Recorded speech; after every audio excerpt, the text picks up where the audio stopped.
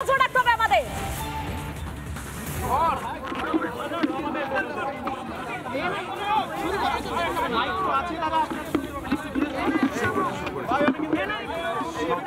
সমস্ত স্টুডেন্ট, ছাত্র এবং ইন্টার্ন এবং রেসিডেন্ট ডক্টর, জুনিয়র, সিনিয়র এবং এমওটিআর এর পক্ষ থেকে এই প্রেস রিলিজ দিচ্ছি।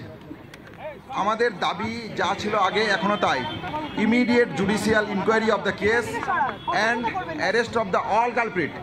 যারা দোষী, সমস্ত দোষী তাদেরকে অবিলম্বে গ্রেপ্তার করা এবং ক্যাপিটাল পানিশমেন্ট দেওয়া। দ্য রিলিভেন্ট এভিডেন্স, যে যা এভিডেন্স এই মুহূর্তে আসছে সেটা ইনক্লুডিং সিসিটিভি ফুটেজ এবং পোস্টমর্টম রিপোর্ট নিয়ে যা যাবতীয় যা ডেটা আছে সেটা আমাদের যে রিপ্রেজেন্টেটিভ কমিটি আছে তাদের সাথে শেয়ার করা হোক। Written apology and written order of resignation, only resignation, not verbal resignation is accepted. Written order of resignation আমরা চাইছি from higher authority, principal, MSVP, dean of students affairs and dean of HOD of respiratory medicine, and they should not be assign. তাদেরকে কোনোরকম কোনো administrative পদে রাখা যাবে না যতক্ষণ না অবধি এই ভিকটিমের যে ঘটনা ঘটেছে সেটা যতক্ষণ না নিয়ার ফিউচার অবধি। Immediate announcement of the adequate compensation দিতে হবে ফ্যামিলি মেম্বারকে।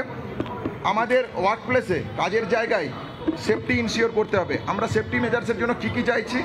24x CCTV surveillance with security guard থাকতে হবে, বোথ মেল এবং ফিমেল, প্লাস পুলিশ পিকেটিং করতে হবে, পুলিশ পেট্রোলিং করতে হবে, প্রপার অন কল রুম রাখবে, অন ডিউটি রুম লাগবে, যেন কাউকে সেমিনার রুমে যেতে না হয়। এর সাথে সাথে যেটা উঠে আসছে সেটা হচ্ছে যে বিভিন্ন রিউমার যেটা থাকছে সেই ব্যাপারে যেগুলো তদন্ত কমিটির সাথে কথা বলে যেগুলো যুক্তিযুক্ত নয় সেই ব্যাপারে পাবলিক অ্যাপোলজি দিতে হবে কলকাতা পুলিশকে। The commissioner of the police সিপির সাথে যে সিপিকে মানে যথাযোগ্য পদক্ষেপ নিতে হবে যে ডিজিটাল ডিফেমিনেশন যেটা চলছে সোশ্যাল মিডিয়াতে যে সার্কুলেট হচ্ছে তার ব্যাপারে। এই জন্য আমরা বলতে চাই আমাদের যে সিজ ওয়ার্ক চলছিল সেই কন্টিনিউ চলছে, emergency with non emergency services, all medical college of the West Bengal, যতক্ষণ না পর্যন্ত যা আমাদের পুঙ্খানুপুঙ্খ ডিমান্ড যা আপনাদের কাছে এতক্ষণ অবধি রাখলাম সেটা যতক্ষণ না অ্যাচিভ হচ্ছে। এর সাথে সাথে যেটা আমি জানাতে চাই আপনাদেরকে সেটা হচ্ছে যে সমস্ত ভারতবর্ষ জুড়ে যত বিভিন্ন ইনস্টিটিউট কলেজ আছে তারা সবাই এই আরজি করের আন্দোলনের সাথে সামিল হয়েছে। তাদেরা আজকে বিভিন্ন জায়গাতে যে যেমনভাবে পারছে স্ট্রাইক করছে, পেন ডাউন করছে, এটাকে আমরা ওয়েলকাম করছি। এবং আমি এর পাশাপাশি বলছি আন্দোলনের ধারাবাহিকতা যতক্ষণ বজায় থাকছে, আমরা এটা পাশাপাশি বলছি যতক্ষণ আন্দোলনের ধারাবাহিকতা বজায় থাকছে তারা তাদের এই যে স্ট্যান্ড নিয়েছে তাকে আমরা ওয়েলকাম করছি। এই প্রেস রিলিজ থাকছে স্টুডেন্টস, ছাত্রছাত্রী, ইন্টার্ন, জুনিয়র, সিনিয়র রেসিডেন্ট এবং এমওটিআর অফ দ্য আরজি কর মেডিকেল কলেজের পক্ষ থেকে।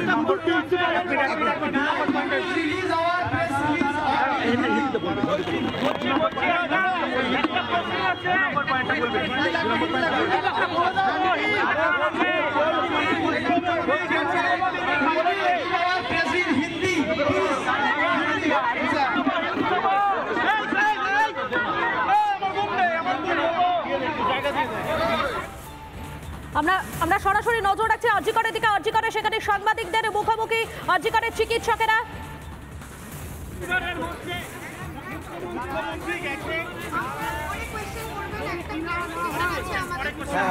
সেকেন্ড পয়েন্টটা একটু বলে দিই, সেটা হচ্ছে যে আমরা যেটা বলেছিলাম written order of resignation of higher authority, যেটা প্রিন্সিপাল, এমএসবিপি এবং ডিন এদেরকে রিটিন অ্যাপোলজি দিতে হবে।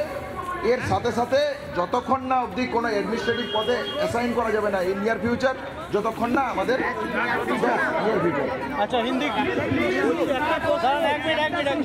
দাদা দাদা এদিকটাই মাঝখানে এদিকে ওইদিকে চল না রে ভাই, ওইদিকে চল না, আরামসে কর না।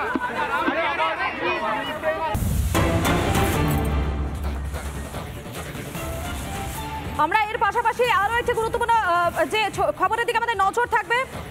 অভয়াকাণ্ডের প্রতিবাদে আইনজীবীরা তারা এই মুহূর্তে প্রতিবাদে মিছিল করছেন সেই ছবি আপনাদেরকে দেখাচ্ছি। হাইকোর্ট থেকে মিছিল, আইনজীবীদের একাংশের অভয়ের জন্য প্রতিবাদ, আইনজীবীদের রাজভবন পর্যন্ত এই মিছিল দেখতেই পাচ্ছেন আপনারা। হাইকোর্ট থেকে মিছিলে সামিল হয়েছেন যারা আইনজীবীরা রয়েছেন, তারা সেখান থেকে হাতে প্ল্যাকার্ড নিয়ে অভয়ের জন্য প্রতিবাদ আইনজীবীদের। হাইকোর্ট থেকে মিছিল শুরু হয়েছে, মিছিল যাবে রাজভবন পর্যন্ত, দেখতেই পাচ্ছেন সেই ছবি আপনাদের সামনে আমরা তুলে ধরছি। অভয়াকাণ্ডের আজ বিভিন্ন জায়গায় ছড়িয়ে পড়েছে রাজ্যের বিভিন্ন মেডিকেল কলেজে, সেখানে চিকিৎসকেরা কর্মবিরতি করছেন। এর পাশাপাশি হাইকোর্ট থেকে মিছিল, আইনজীবীদের আমাদের সঙ্গে সরাসরি রয়েছেন আমাদের প্রতিনিধি প্রিয়াঙ্কা রয়েছেন। আমি প্রিয়াঙ্কার কাছে চলে যাবো। প্রিয়াঙ্কা, এই মুহূর্তে যারা আইনজীবীরা রয়েছে, আইনজীবীদের এই মিছিল কতদূর পর্যন্ত পৌঁছলো?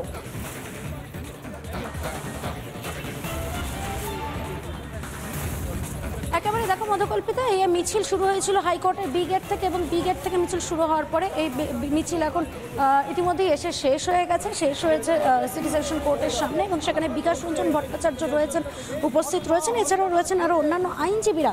তাদের একটাই দাবি যে পোস্টমর্টমের রিপোর্ট, যে পূর্ণাঙ্গ রিপোর্ট, তা পোস্টমর্টমের পূর্ণাঙ্গ রিপোর্ট পেশ করতে হবে। শুধুমাত্র তাই নয়, স্বচ্ছ নিরপেক্ষ তদন্ত করতে হবে, কারণ এই এবং নিরাপত্তা সুনিশ্চিত করতে হবে। এবং সেই দৃশ্য এই মুহূর্তে আমরা দেখতে পাচ্ছি। এবং আমাদের সাথে এই মুহূর্তে রয়েছেন আইনজীবী সুদীপ্ত দাশগুপ্ত। কথা বলার চেষ্টা করবো তার সাথেই, কারণ এআইএলইউর তরফ থেকে এই মিছিলের ডাক দেওয়া হয়েছিল, অর্থাৎ সিপিআইএম এর যে আইনজীবী সংগঠন, সেই সংগঠনের তরফ থেকে হাইকোর্টের যে ইউনিট, তাদের তরফ থেকে এই মিছিলের ডাক দেওয়া হয়েছিল। কি কি দাবি করছেন ঠিক আপনারা? দেখুন, সর্বোপরি আমরা যে দাবিটা করছি যে প্রকৃত তদন্ত হতে হবে, প্রিন্সিপাল যে কলেজে, সে প্রিন্সিপালকে অ্যারেস্ট করতে হবে। এবং কি করে আজকে রাত্রির 3টে, 3:30-র সময় একজন সিভিক পুলিশ সেখানে নির্বিচারে ঢুকে যাচ্ছে, সব জায়গায় ঢুকে যাচ্ছে, সেখানে অধ্যক্ষ কি করে পারমিশন দিচ্ছে, সেই সত্য বার করতে হবে। আরেকটা যেটা বার করতে হবে, পোস্টমর্টম রিপোর্ট সবার সামনে আনতে হবে। এবং এটা আমরা নিশ্চিত যে ঘটনা ঘটেছে, কোনো একক ব্যক্তির পক্ষে সেই ঘটনা ঘটানো অসম্ভব। যে ভিডিও ভাইরাল হয়েছে, সেই ভিডিওর ভাইরালের তদন্ত করতে হবে, যে এর পেছনে আরও কারা কারা আছে। এবং আমরা সবাই জানি এই যে সিভিক ভলেন্টিয়ার একজন খুব ইনফ্লুয়েন্সিয়াল পুলিশ কর্তার সঙ্গে তার যুক্ত আছে, এবং তার জন্যই তার অবাধ অনেক যাতায়াত ছিল। সেই পুলিশ কর্তাকেও আজকে এখানে তদন্ত আওতায় আনতে হবে। এবং কি করে পুলিশ প্রথমেই বলে দিল আত্মহত্যার ঘটনা, বাড়িতে জানানো হলো, তারও তদন্ত করতে হবে। একেবারে আইনজীবীদের কি বক্তব্য, সেই বক্তব্য আমরা শোনালাম। ধন্যবাদ তোমাকে প্রিয়াঙ্কা।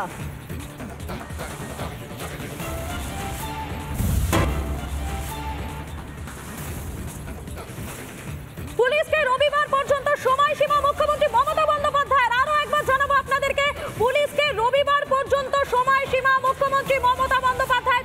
যদি রবিবার পর্যন্ত এই কেসের কোনো কুল কিনারা না হয়, তাহলে কেসটা সিবিআই এর হাতে দিয়ে দেব, অন্তত এমনটাই বলছেন মমতা বন্দ্যোপাধ্যায়। অভয়ের বাড়ি থেকে বেরোনোর পর অন্তত এমনটাই তিনি বলছেন। আরো একবার জানাবো আপনাদেরকে, রাজ্যের মুখ্যমন্ত্রী মমতা বন্দ্যোপাধ্যায় তিনি ঠিক কি বলেছেন একবার শোনাই আপনাদের।